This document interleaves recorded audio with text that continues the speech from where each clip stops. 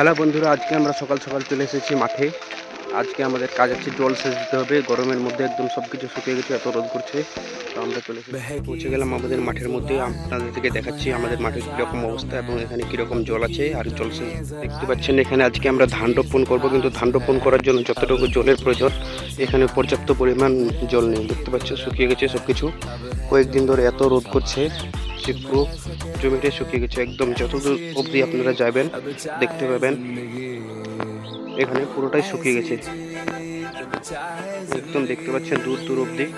আমি একটু জুম করে দেখাই, এক ফোঁটাও জল নেই এদিকে। তো এই জন্য আমাদের দিতে হবে জলসেচ।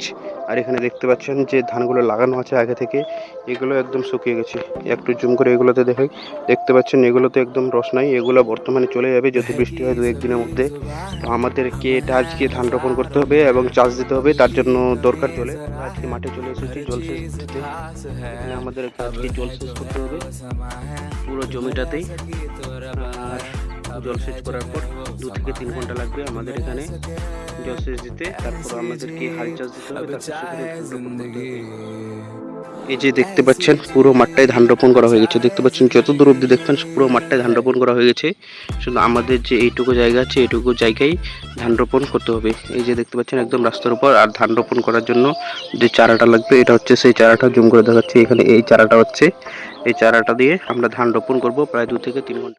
যেটা হচ্ছে সেটআপটা হয়ে গেছে এখানে। এখন আমরা এটাকে চালু করার প্রসেস যেটা আছে সেটা করব। তারপর পুরোটা জলসেচ দিয়ে 2-3 ঘন্টার মতো তারপর আমরা যাব আবার বাড়ি ফিরে। তারপর এরকম আরও ব্লগের জন্য আপনারা আমাদের চ্যানেলটিকে সাবস্ক্রাইব করতে পারেন এবং লাইক করতে পারেন আমাদের এই ভিডিওটিকে। আজকের জন্য এটুকুই, মিলছি পরের ভিডিওতে।